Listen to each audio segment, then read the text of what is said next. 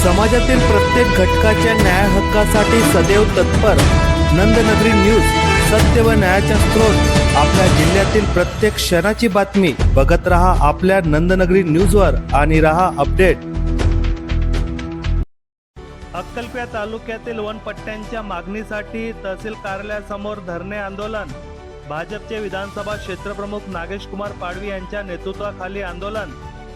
अक्कलकोट तालुक्यातील मंजूर वनपट्ट्यांचे त्वरित वाटप करावे आणि प्रलंबित वन दावे लवकरात लवकर मंजूर करावेत या प्रमुख मागणीसाठी तहसील कार्यालयासमोर एक दिवसीय धरणे आंदोलन करण्यात आले।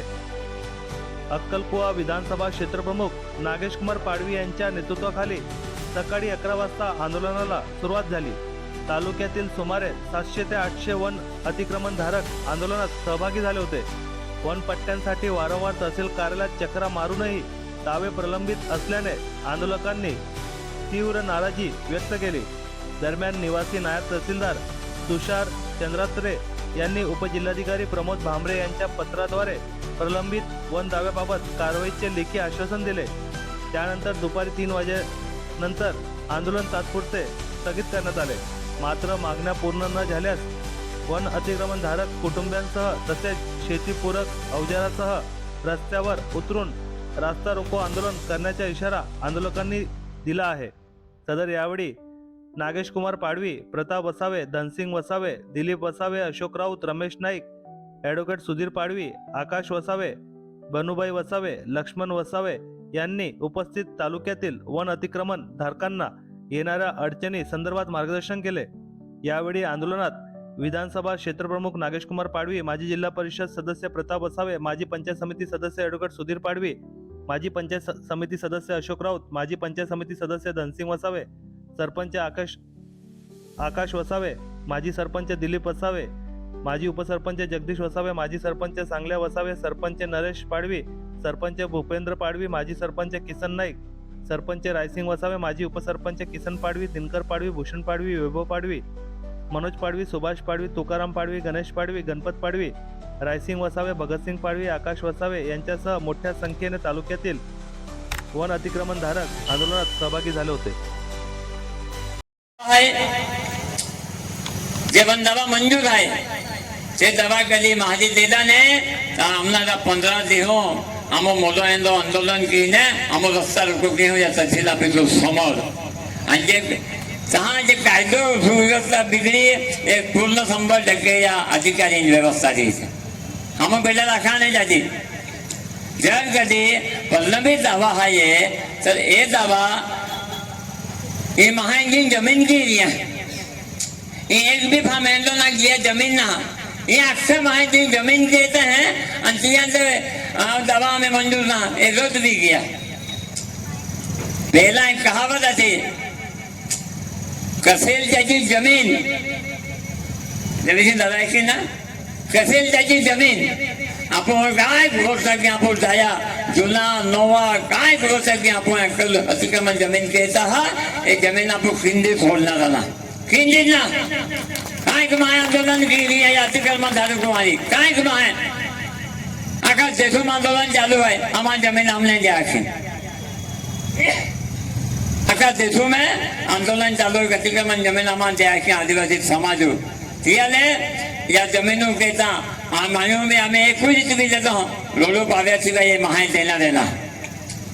एक लगे भारतीय जनता पार्टी में काम किए हूँ भारतीय जनता पार्टी में है ना पहला हमारा समाज है और नंतर पार्टी है। पहला समाज है तो समाज जहाँ जीवतो नहीं तो हम जीवता रहना है तो हम ओळख है।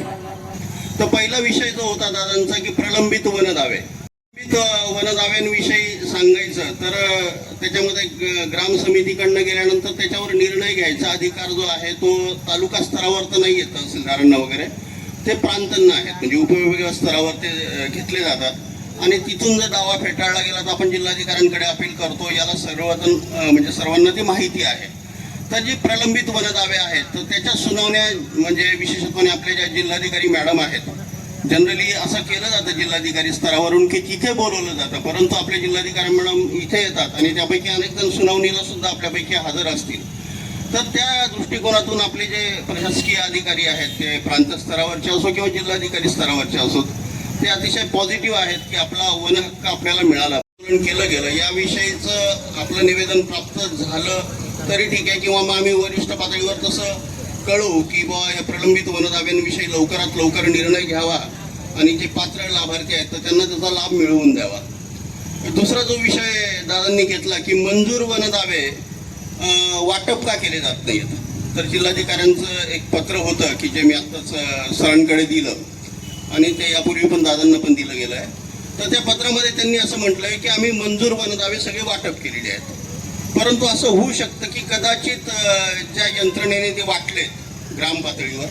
त्यांनी कुठेतरी चुकीच्या माणसाच्या हातात तो वनपट्टा दिल्यामुळे योग्य माणसाला तो पोहोचला नाही अशी पण शक्यता आहे, किंवा कदाचित प्रशासकीय चूक पण होऊ शकते की एखाद वेळा मंजूर झाला वनदावा आणि तो पुढे पाठवलाच गेला नाही असं पण होऊ शकतं. सगळ्या गोष्टी किंवा सगळ्या चुका आम्ही मान्य करतो, होऊ शकतात. तर असं जर काही असेल तर त्या पत्रामध्ये जिल्हाधिकारी कार्यालयाने म्हटलंय